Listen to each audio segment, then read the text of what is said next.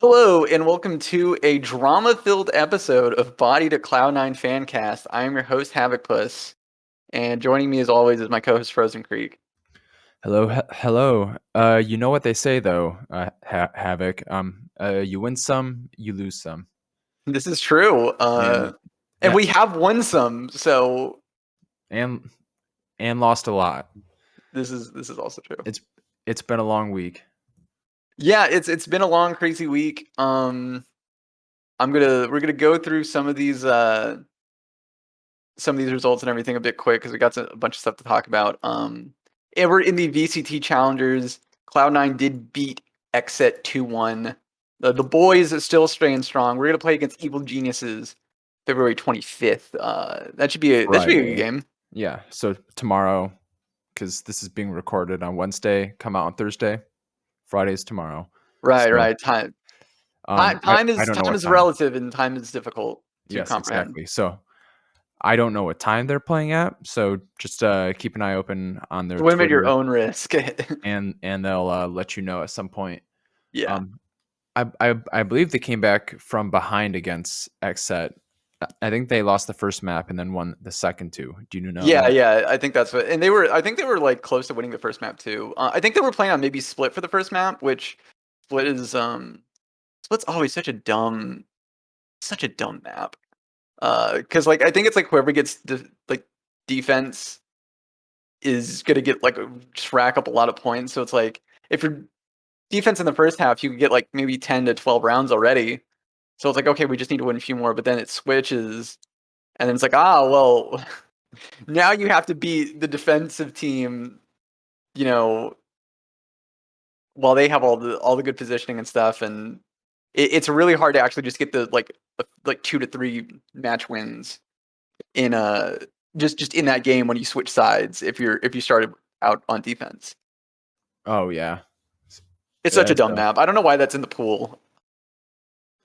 yeah, Considering just yeah. considering like how heavily like you know one sided it is. Oh yeah. I haven't played it yet, so I'm not entirely sure what it looks like. Yeah, Or what's it called again? split Lit. split Split. Oh, split. I was like lit. I was like, that's a weird No, map no, name. no, no. Okay, split. Okay. Um, I I do need to start playing Valorant because I'm tired of League already, but I haven't climbed all my accounts up to gold yet for the Victorious skin at the end of the year, Oh yeah. and it's a pain to do that. But at some point, I want to start playing Valorant too. Yeah, yeah, for sure. I can't really play Valorant since I don't have directional hearing, so Um. I can't tell which direction sounds are coming from, which Oh. makes it Okay, that difficult. sucks. I can't Yeah. play because I just suck at FPS games, and I'm old. I have a medical reason. Yeah. I do too. I'm old. You're just bad. Both. Both of them. But do you have anything else to add about that? No, not really. We can. I'm just gonna mention the academy stuff since we're gonna be talking about something completely different, and that's probably gonna be the majority of the show. Um, Academy beat Dignitas Academy 2-0, and then we went 1-1 with 100 Thieves Academy. I will note the 100 Thieves Academy. That first game, we absolutely annihilated them. They gave Malus Carthus both games Yeah, actually, they gave him the Karthus, and and then managed to counter it with a Soraka in game two. yeah, It was an interesting game to watch, but yeah, not much to add. They play yesterday. Wednesday they played TSM Academy. Then today they play CLG Academy at 4 o'clock. So if you listen to this before then, make sure to tune in.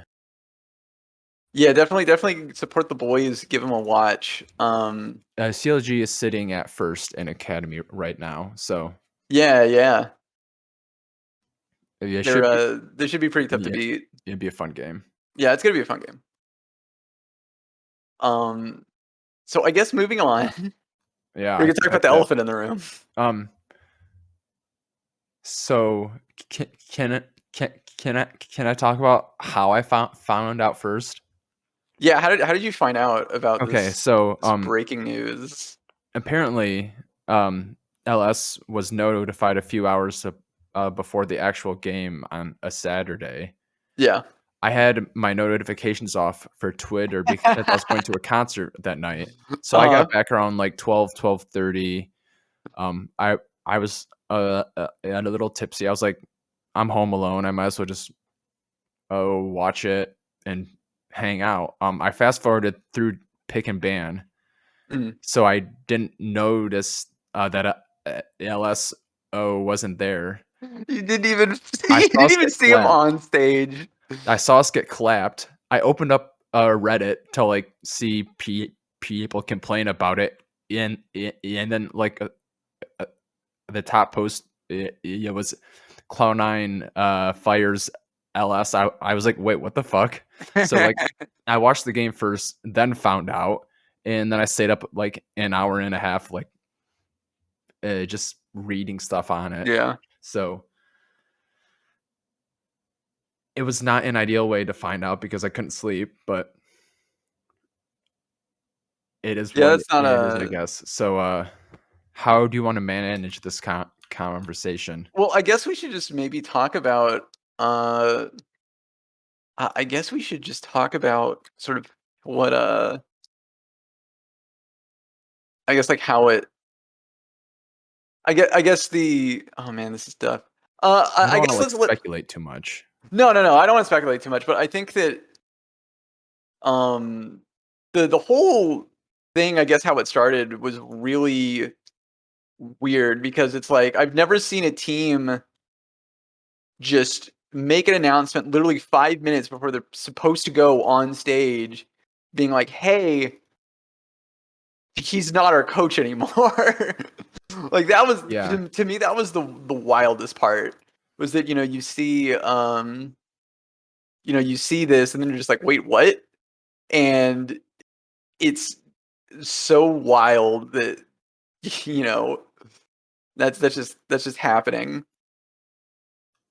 Yeah, I don't think I've ever seen that really in any sports, esports, but before it was really out of the blue. I think for all of us, Yeah. who were coming in expecting a pretty easy 2-0 week as LS promised. Everything seemed to be going fine in the behind the the scenes video, but apparently it was not. I will say that like I was listening to a podcast this morning, not about a league, but Juwan Howard, the coach for Michigan, he slapped a guy over the weekend. He slapped the Mhm. coach, Mhm. and they were talking about like there isn't like a playbook for how to fire coaches. Like uh, managers, athletic directors, GMs, and stuff don't have like a chart that says, "Oh, this has happened. Fire a coach," or Yeah. "Don't fire your coach." Yeah. So like, it's just kind of a weird place to to be, I guess. Yeah, it's I think it's definitely an awkward spot from like like of course like everyone is having to now go and talk about it on Twitter and whatnot and in interviews because everyone's curious like, hey, did he like kill a man? Like what? What happened? Because like my thinking was like when I first saw it was like, okay, either he did something so like reprehensible that Cloud9 was just like, you have to go. Like we can't like you can't be here anymore. Oh yeah. um One of the first like theories I saw that felt appropriate was like maybe he was betting o- on sports or something. oh it's like we Or we like won't betting on really esports. I was like, yeah, you went. would not be able to do that. Yeah, you wouldn't be able to do that. Yeah, like we don't really know, and that's like kind of the crazy part that like they released this statement, um, and to be fair, this statement is extremely sanitized, and they did a real bad job. Like it's not like a good statement where like, hey, we're going to tell you like what what's wrong, why we did it. It was pretty much Jack just being like, we didn't see eye to eye, and we had a system, and we like Cloud9 has a system we kind of operate in, and we were having a lot of friction with him, trying to get him to work within our system and how we kind of do things here in the company, and then it just fell apart, and then he just left. Which I mean, if that's what happened, if that is 100% what actually the issue is, and it's just uh they had such differences of opinions on how things should go, and there was actually a meme on the subreddit that I think explains the situation perfectly.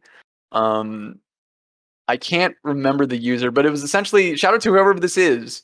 Trying to see if I can find it as I'm talking.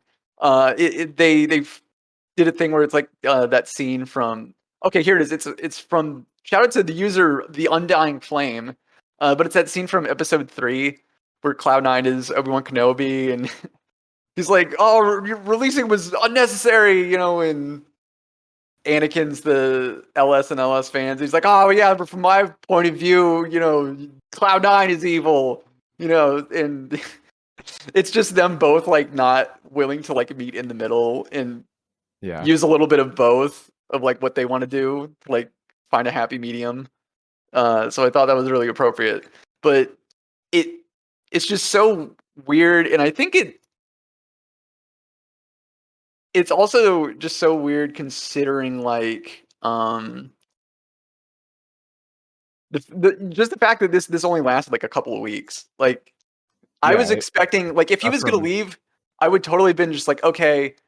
If he didn't work, I was like, okay, we'll keep him until spring is over, and then he can go, and then we'll figure out what to do from there. The fact that he left only in a few weeks, I think, kind of says to maybe what the environment was like when he was around. That either he was doing something that was against his contract, or he was just rubbing some players the wrong way in how he wanted to do things versus what them and Cloud9 as the company and the organization, how they want to do things. That they're just like, look, this has to stop.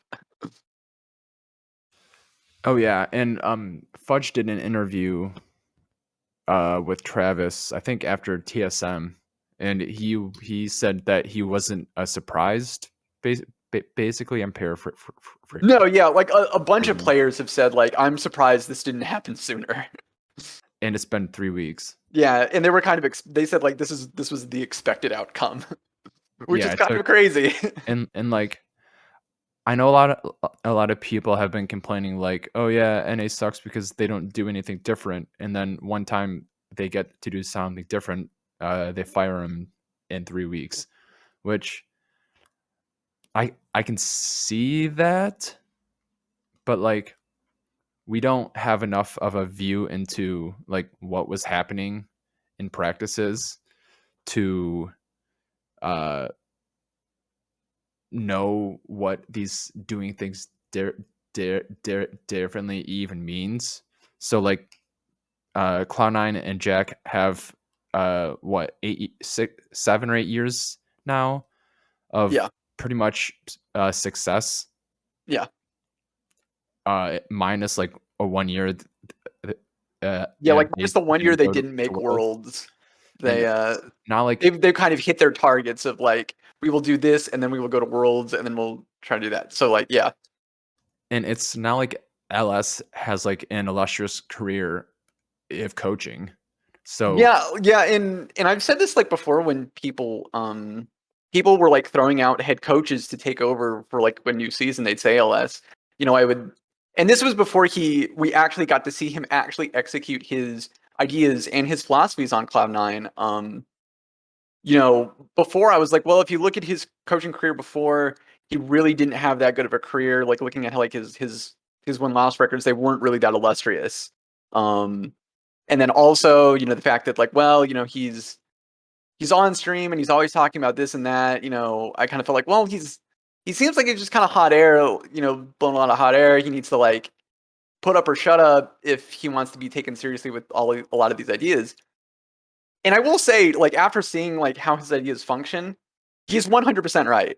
I think that a lot of the way that he approaches the game is really great, and I agree with a lot of what he does.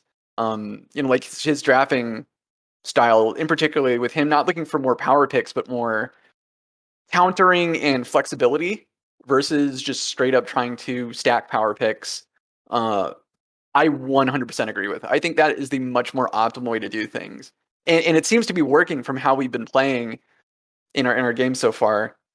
It it works. It just works. But that being the case, if you watch his stream, he does kind of have a bit of a personality. So I can only imagine, him actually being like, okay, now you have to work, and then him trying to do like a serious job of coaching. And it seems that I'm rambling, but it seems like being the head coach had other duties than just him setting up scrims and then watching VODs. It seemed like there was a lot of other duties that a head coach has to do outside of that. And maybe he wasn't really playing ball and wanting to do a lot of these other extra things that were kind of expected of him when he took the job. Oh yeah.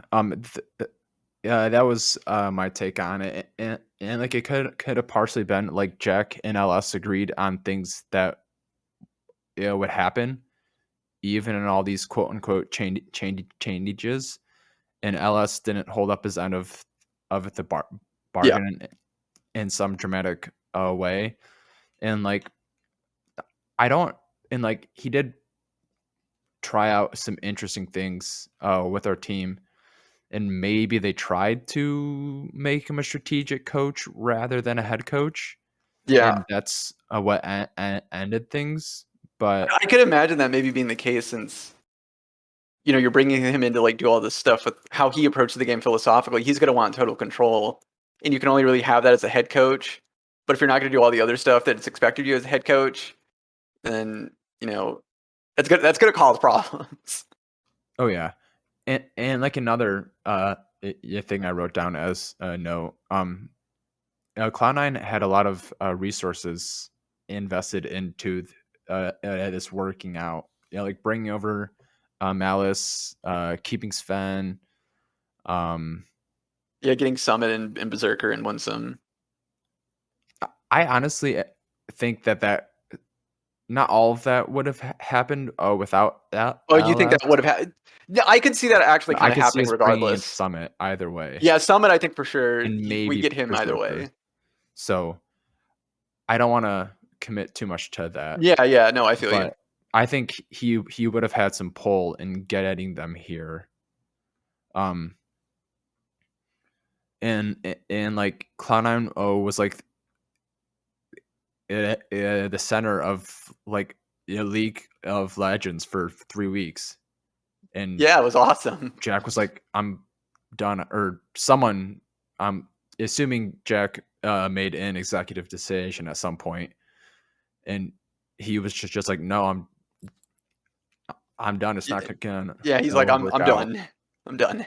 So, obviously, decisions were made to make sure that Cloud9 could have a successful season and reach their goals for this year.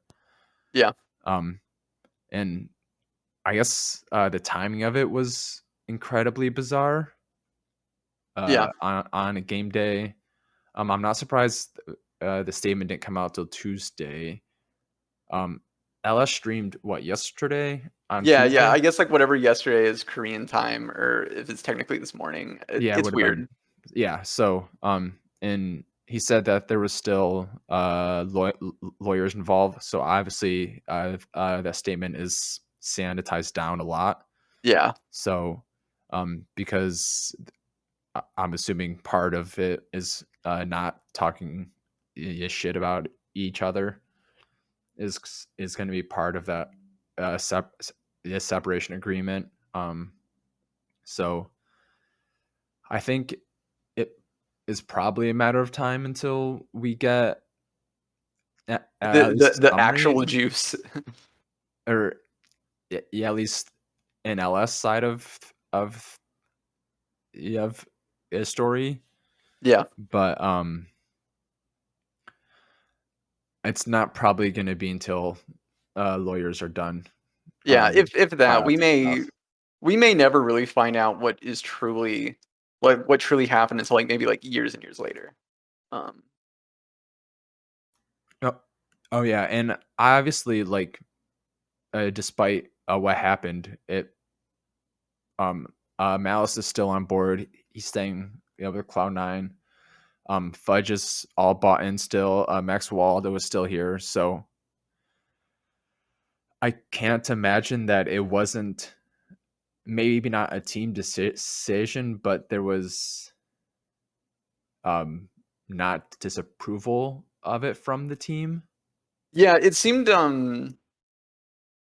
like everyone kind of agreed to it that that was just for the best. Which I think, reading into it, it seems like there was just a lot of friction and kind of conflict amongst, not really amongst maybe like the players, unless like the players were kind of just talking with Jack privately. Um, it seems like there was really just more friction between LS and then like the rest of the management, which I, from a business standpoint, this makes sense that you're having someone's causing a lot of friction, and you can't reach you can't reach like an amicable kind of decision. It's like, look, we maybe should just let you go, because you can't find a way to get things straightened out. We can't figure out a way to get things straightened out. It's better to just go. So Oh yeah, and it's not like or in my eyes at least, that Max Waldo isn't a capable coach. So no, I think yeah, I think it's they're not that still in okay he's. hands. Yeah, I think we're all right. It's not certainly going to be as big brained and dramatic and as shiny as playing with LS, but I think that definitely he's an all right coach. My one tiny nitpick, and I think this is something we'll eventually move away from. Uh, and this is kind of towards LS too, but it was things like just Max's drafts have been more safe and standard. The one thing I think that maybe would cause friction was that LS was doing a lot of, he was doing a lot of picks that were basically like, yeah, we never practiced this, and I never played this before. He just told me to pick it. And that was kind of that leading into this discussion for the CLG game. That's kind of what happened with us. We chose and drafted a draft that we had never practiced before. That wasn't. I'm not sure if that was the planned draft, and we just kind of stumbled into something that's like, yeah, we hadn't practiced this at all, and we just kind of picked it, uh, which kind of shows our performance a little bit. I mean, Um, to be fair, I think they were going through a little bit at that point. no, yeah. I think to be fair, like I'm going to give them some leeway for the next few weeks, like 2 or 3 weeks, to get themselves into a rhythm again. But I think that we'll definitely be moving away from more of this unplanned kind of like, yeah, I just picked a thing because they said it was a good pick or whatever. But Oh, I oh, would I wouldn't which is probably imagine for that the best, what. or that's probably for No, that's for the best, and the best. I wouldn't imagine we'd be scrapping the scrim structure that we've set up, with this really powerful kind of 10-man squad to kind of scrim against each other. So I think we'll be doing all right. But I guess we've touched on this enough, and we can kind of roll into the weekend where we lost to CLG, but we snatched victory from the jaws of defeat through a banger against TSM. So let's start with CLG. Frozen, what were your thoughts? Um, it seemed like CLG brought in like a, a brand a brand new Korean coach for that game, because they honestly look sharp. Yeah, That they look that dive or yeah. two bot lane was perfectly set up, and contracts looked brand new. So they played a very good game, and honestly, even if at like our quote unquote peak, it would have been a tough game to win because yeah, some days people just have all of it going for them, and it be Yeah, like that sometimes. I think CLG really came out swinging. I think that they it looked like they had a really practiced strategy down, and they looked really together. Contracts was just jungling circles around Blabber, um, and he was looking really good. So the team is doing really well. I think that what really messed us up was just we lost like 4 people in the first like I think like 5 minutes of the game, you know? So we were just really far behind, and then CLG did a really good job of actually trying to accelerate the game state and pushing that gold lead even further. So it made it just so impossible for us to come back and kind of win. So, we were behind, and then we just got further and further behind.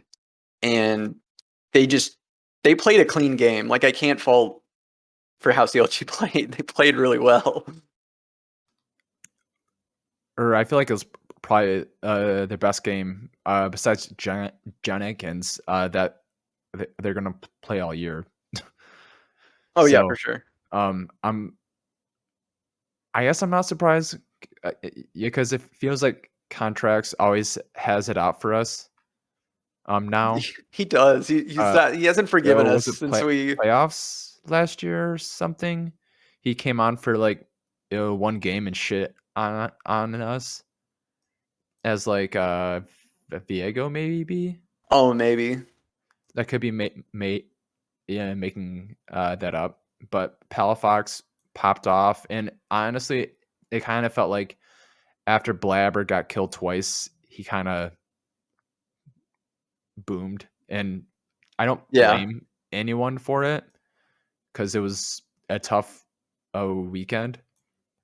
So sometimes it happens, I guess. I do think that Summit played very, very well, though.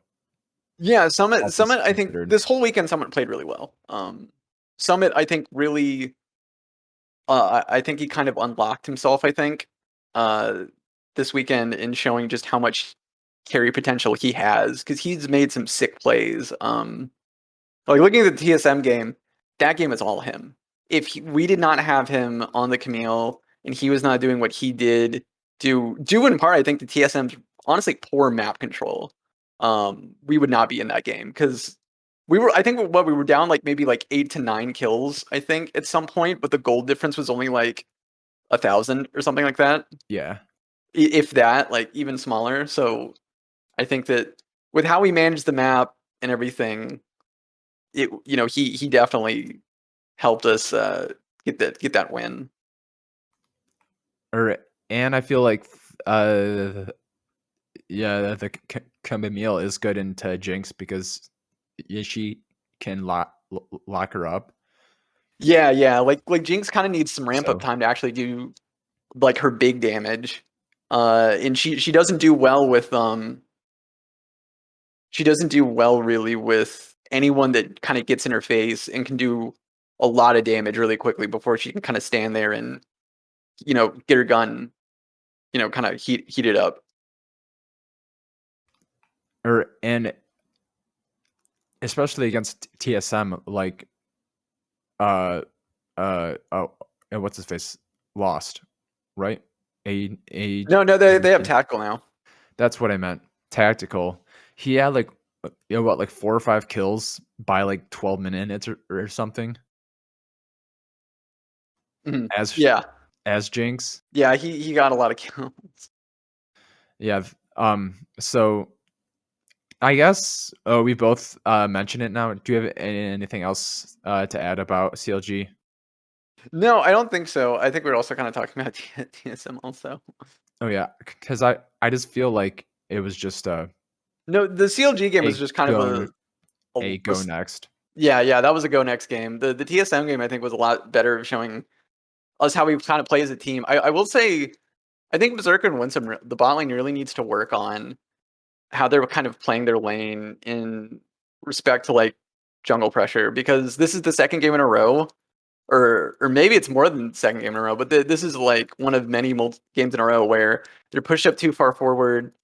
They're trying to be aggressive in trade and stuff, and then the jungler is here, and now they're both dead. You know, um, or the j- or or the whole team is there. he just got he solo killed. Yeah, yeah. It's To be fair though, that GSM game was a little bit special. no, it was special because like they were sending their whole team down there multiple times to just, and they had the comp to do it to where they could just tower dive really early and kill them, and the rest of the team wasn't really able to do all that much to stop them.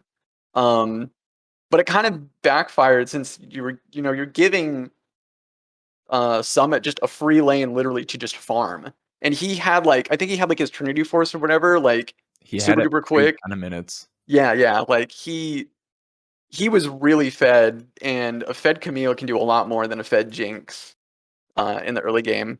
So I think again to our credit, we managed the map insanely well. Like, we were making it to where like TSM really wasn't taking a whole lot in terms of objectives. Like we were trading objectives for the most part, even though they had like a bunch of kills. Their map management was really poor. And I think once like our damage kind of came online, everyone was playing really well. Like once uh it got to kind of like more of the late game, like Fudge was actually getting a lot of kills and he was actually doing some good damage, and his shockwaves are pretty good on Oriana. Um, Yeah, yeah. I think that was something that not a lot of people really talked about. Like, but his Oriana was fairly good once it got to the team fighting stage. Like his early game, it seems like he's more in sort of this mindset still of a top laner where it's like, no, I'm gonna freeze the wave and I'm just gonna farm, which is fine. But Yeah. I think that since top lane is more flexible with how they roam, I think he should maybe be more cognizant of like where his opponent is, so he can try to at least either match a roam or be like, hey, he's not here. Be careful. He farmed well against TSM. No, He he had did. Like the most farm at 10 minutes. yeah, yeah. And I But mean that's also K Duo had like 3 or 4 dives down bot. yeah, But like yeah. there wasn't much for him to do outside No, of, that's fair. And you can't really roam a push. lot on Oriana. She's not fast. And like it was just how the game was set up, and it was the first time going against that top lane funnel or anti-funnel strat or roaming smite strat, but it Yeah, didn't yeah. take smite. So like I outside of Summit's first TP to bot lane to die immediately, Yeah, I think that was not for that the was not most the part smartest teleport. the team played as well as they could. No, yeah, I think for sure. I think also Blabber had some really good. He used his Nocturne really well, and I think the Smite steal for Baron, that was the thing that sealed the game for us, was him doing that hero play. Yeah, if he didn't get that, we might not have won because No, I think if he didn't get that, the they had game was Dragon over. Soul. Yeah, So it would have been tough, but we were even in gold for the most part at that point still. yeah, yeah. Like I'm still amazed that that game was mostly even. That I feel like the game should not have been as even, like economically, as it should have been. Oh yeah, but like if you take a look at it, like who needs not farming at all. So like Yeah, that's like 6,000 gold to yeah, just kind of to dead. Yeah, yeah to make up elsewhere. And tactical was big, but like he wasn't. I mean, he was big. They probably should have won that game, but still. yeah. Um, I will say, I think the most annoying part of everything this weekend, the announcers were very, very, very anti Cloud9 in both games. Yeah, they kind of Especially were. in TSM, they're like, oh yeah, tactical is never gonna get jinxed again. This is a master class. He's doing this, he's doing that. Oh, Spica, look at I him, think it the kind of happens. MVP. I think also since And gold is I like dead even. I think I think it's also because TSM has such a low win record right now. I think it's maybe, it's kind of like, oh, the underdog is beating the opponent who they were supposed to lose to. So I think I can see that partially being why. I can see that for CLG, but like I don't know. I just thought it was kind of not ideal. They're like, oh yeah, this is a masterclass on how to play this. Oh, Hooney took exhaust because he's so big brained. Yeah, yeah. And Yeah, at I can see that. 8-0 kills, it's an 800 gold advantage. Yeah. It's like, should we really be hyping them up? Yeah, like it's a 10k advantage at 10 minutes or something. Yeah, yeah. So I don't know. I thought that was dumb and very annoying to listen to. Yeah. But that is just a nitpick. Yeah. Um, But yeah. we Do you can have anything else yet to add? Because no, no, we're gonna move this on. We're weekend gonna is super move. weak, Yeah, we're super weak, you guys. Super weak. Um, and it's a tough one. yeah, yeah. It's this Friday. We're going against some really tough teams. Like this Friday, Dignitas been looking good. We're playing them 5:30 p.m. Eastern. Saturday, we're playing 100 Thieves 6:30 p.m. Eastern, and then Sunday we got FlyQuest at 3:30 First p.m. place Eastern. first First, place flight quest. yes, first place FlyQuest. FlyQuest's been balling lately. And I got to give Kumo some props for really showing what he's made of. But this is going to be a tough week. I think that playing 3 days in a row and you're going up against some really contender kind of opponents. We're gonna have to pull out all the stops. I think to make sure we win. I think of like top standings teams, I think maybe they're the easier ones, but like still, it's gonna be tough. Yeah, it's gonna be tough. Dig I, is the first challenge. yeah, yeah. Dig is gonna be a tough one. I haven't watched a lot of Dignitas's games. They Uh, lost to Golden Guardians and FlyQuest last I mean, week. Golden So Guards have been playing all right too. yeah, It's not like they've been bad. they're tied at 3-3. Yeah, but So yeah, it's gonna I'm be. trying to look at the rosters again. Oh yeah, this is Blue and Yeah, I was actually trying to Neon. look too because like I can't remember who's Blue, on yeah, River, Dig. Fate Guide and Biofrost and Neo. Yeah, honestly, Biofrost has been And River's been playing. good. Biofrost has been playing really, really well this season. Him too. He's back and being on Dignitas. Like him and Neo have matched up pretty well because they've been playing really well. Neo was looking good last year. He's looking good this year. I think Blue's been playing really well. And Fake God, of course, I think he stepped up. Like Dignitas's roster, this is sort of the uh not your expected roster to come out and actually be kind of strong, but they've been playing really well, and I have to give them props for how they've been playing. They were 3-1 up until last week, so I feel like 3-3 is a decent record for them. Yeah, Um, I have to imagine that we will match up just fine, whether we get an interesting jungle matchup or not. It could just be like Xin Zhao and in Viego or something. yeah, Because I feel like that matches both junglers. I would expect Summit to top gap very, very, yeah. very hard. I think Summit's gonna smash. I think as long as that may be our strategy this weekend is just let Summit get ahead and just don't die. he'll, he'll he'll carry us to victory. Oh yeah, and he was up like 60 CS on Jenkins at one point. Yeah, So I would expect a similar performance this weekend. yeah. Plus we can maybe actually more prioritize him. Instead of him being like, "You're gonna play Lulu top." I Uh, I I feel like he's been very good on his own, but now that I think about it, I don't know if I've seen him hit a big uh, in our alt yet. it's. I think we're just real. Honestly, we've always been kind of bad at playing around Gnar.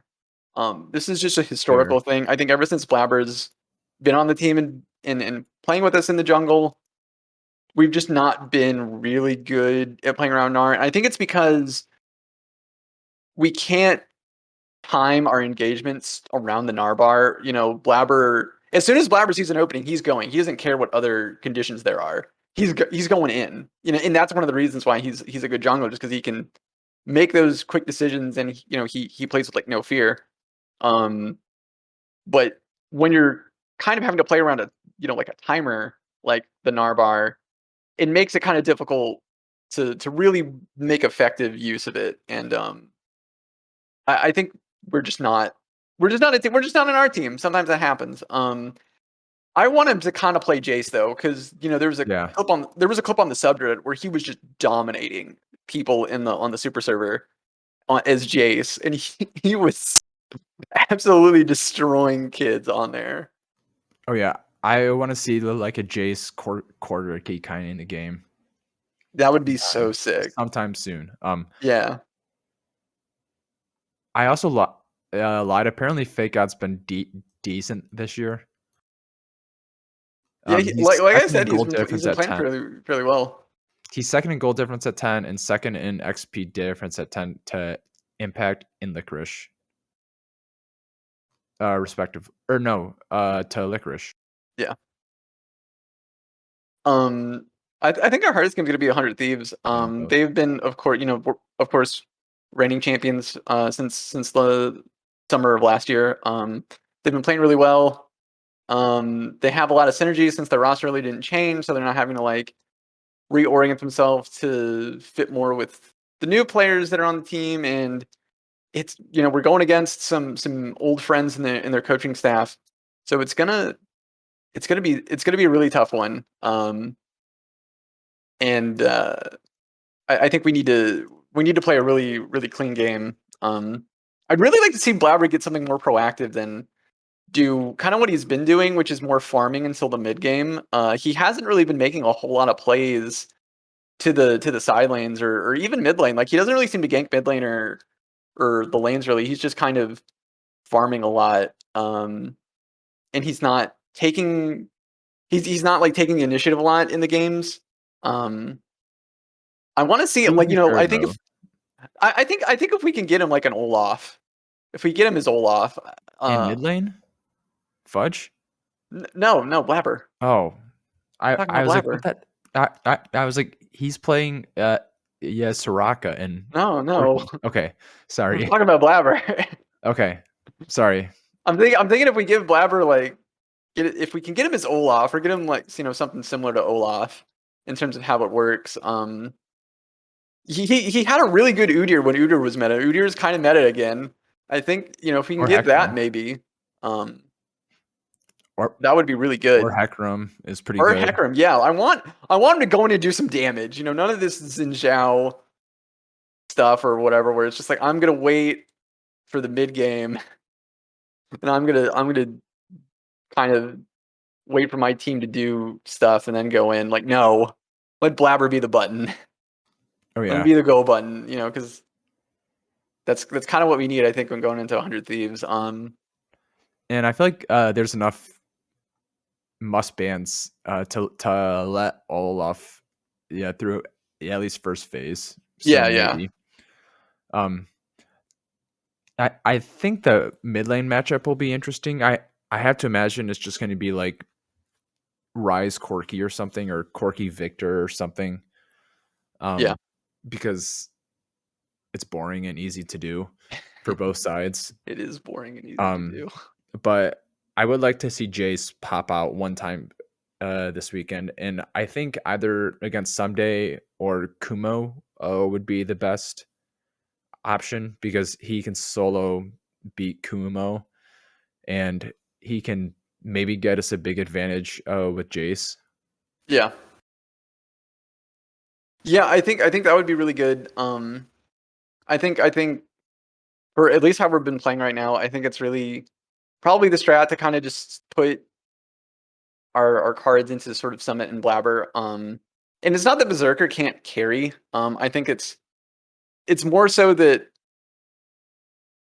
with how we kind of like to play and how we've been playing, that seems just the best way to go for now. Especially if it's going to be kind of a common theme of other teams just being like, look, all we have to do is just 4-man Berserker constantly, and then he'll be super behind. Um, we may want to look elsewhere on the map to at least make the gold, kind of even, I guess. And if they're going to get a lot of gold off of bot lane, we can try to get a lot of gold off the top lane to at least try to equalize the thing, the stuff. Or like put them on Gwen or something too. Yes. Yeah, yeah, Pop off. yeah, yeah. I don't know. Yeah, I think the biggest issue is just we're putting really it's just we're putting um Berserker on like a lot of like these like big scaling champs. And if he's dying a lot in the early game, that makes it really difficult to kind of execute that strategy.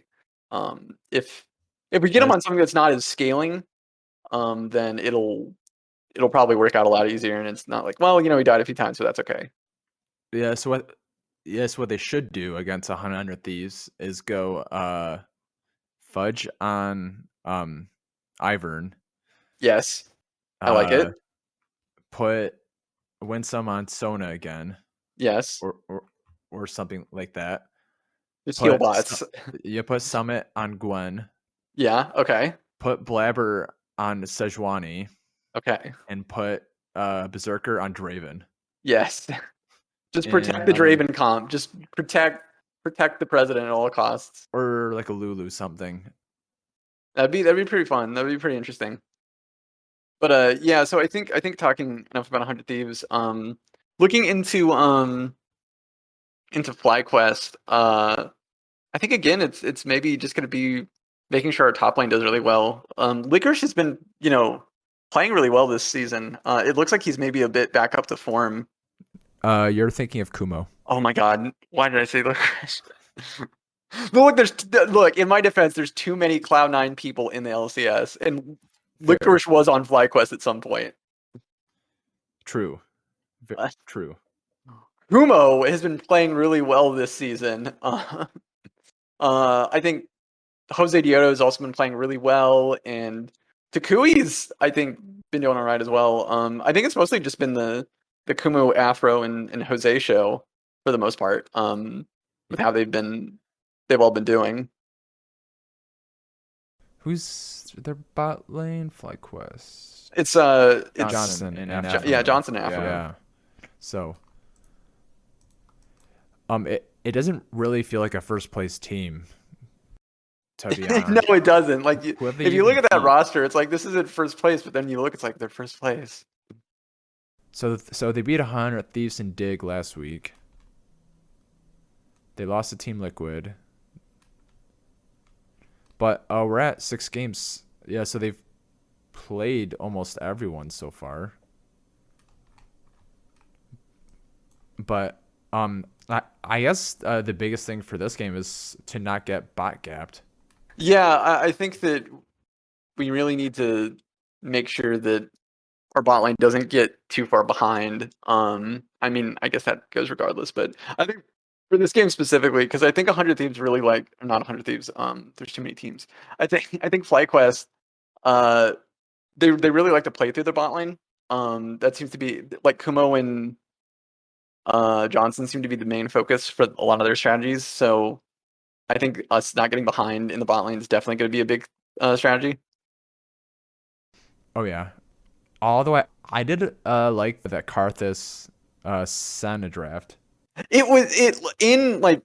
think it would have worked a lot better if we didn't get tower dive like literally like every 5 seconds. 8 times, yeah. Yeah. But no, I like the concept of it. You have like this really like slow but like steady scaling bot lane to where like, look, at a certain point they're just going to be too strong and they'll just kill you. Kind Oh because yeah, Senna and gets the both of them will. scaling. Senna gets the scaling from the souls. You have Karthus scaling, obviously, and then you have 2 global ults that do good damage. Too much.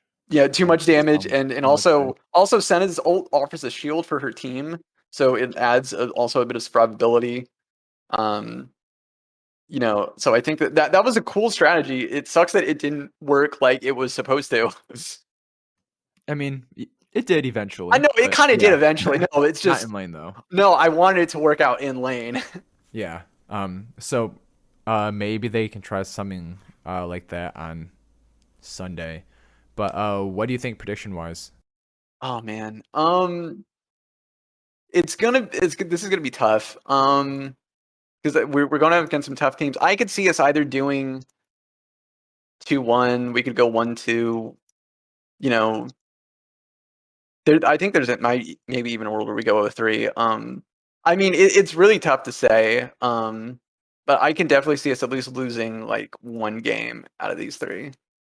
Yeah. I I think the most likely is 100 Thieves, but it's also a team that has been together for a while now, and they are not performing that well for what they should be, all things considered, for winning summer, and then now they're just kind of like